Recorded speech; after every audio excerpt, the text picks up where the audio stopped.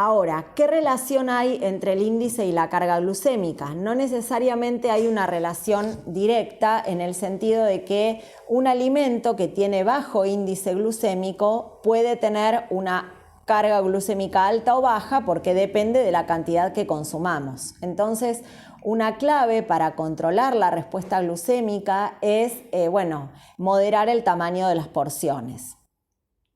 Si uno mira, por ejemplo, el índice glucémico de la sandía, que tiene 72 de índice glucémico y por lo tanto, según su clasificación, sería un alimento de índice glucémico alto, uno podría pensar en principio que sería un alimento que las personas con diabetes no deberían consumir porque les aumentaría mucho la glucemia.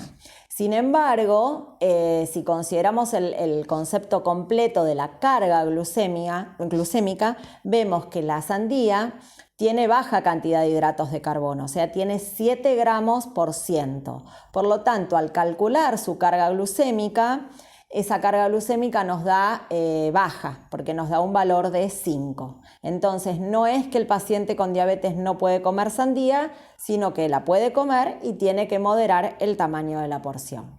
Hay distintos factores que influyen sobre el índice glucémico, para mencionar los que están acá en esta diapositiva y después iremos precisando cada uno.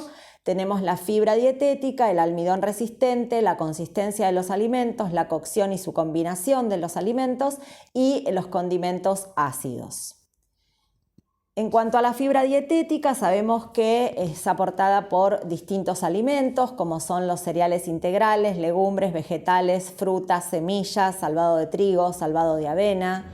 Y podemos decir que cuanto mayor sea el contenido de fibra de un alimento, sobre todo del tipo soluble, menor será el índice glucémico. Clasificando un poquito la fibra en cuanto a una de las capacidades que tiene la fibra, que es la solubilidad, sabemos que hay fibras solubles, o sea que al interactuar con agua tienen la capacidad de formar geles, y otras que interactúan con agua pero sin la capacidad de formar geles, por lo tanto se consideran insolubles.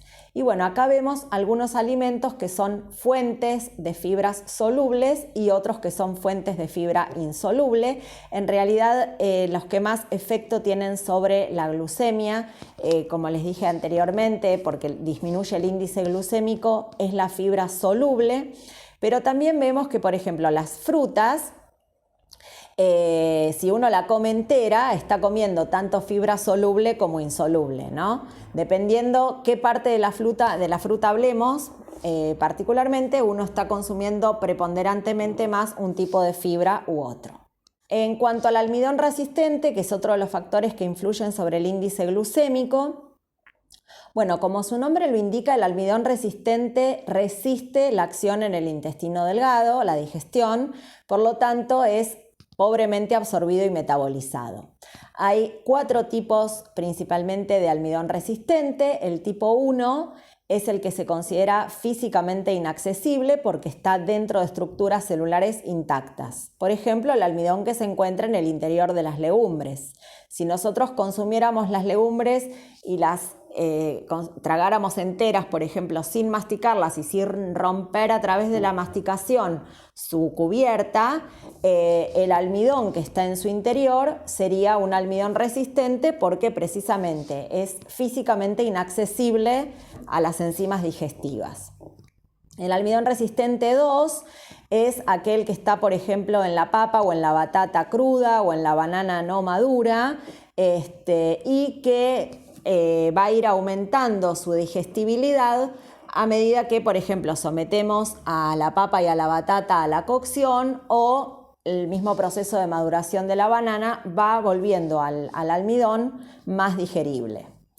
El almidón resistente del tipo 3 es el que se conoce con el nombre de retrogradado y es aquel que se obtiene luego de que alimentos que hayan sido cocidos, por ejemplo, por hervido y cuyo almidón haya sido gelatinizado en un principio, gelificado posteriormente como consecuencia de ese proceso de cocción, ese almidón luego, cuando se enfría, se cristaliza, o sea, se convierte en precisamente lo que acá mencionamos como almidón retrogradado, con lo cual cambia su estructura química, digamos, y se vuelve menos susceptible al ataque enzimático.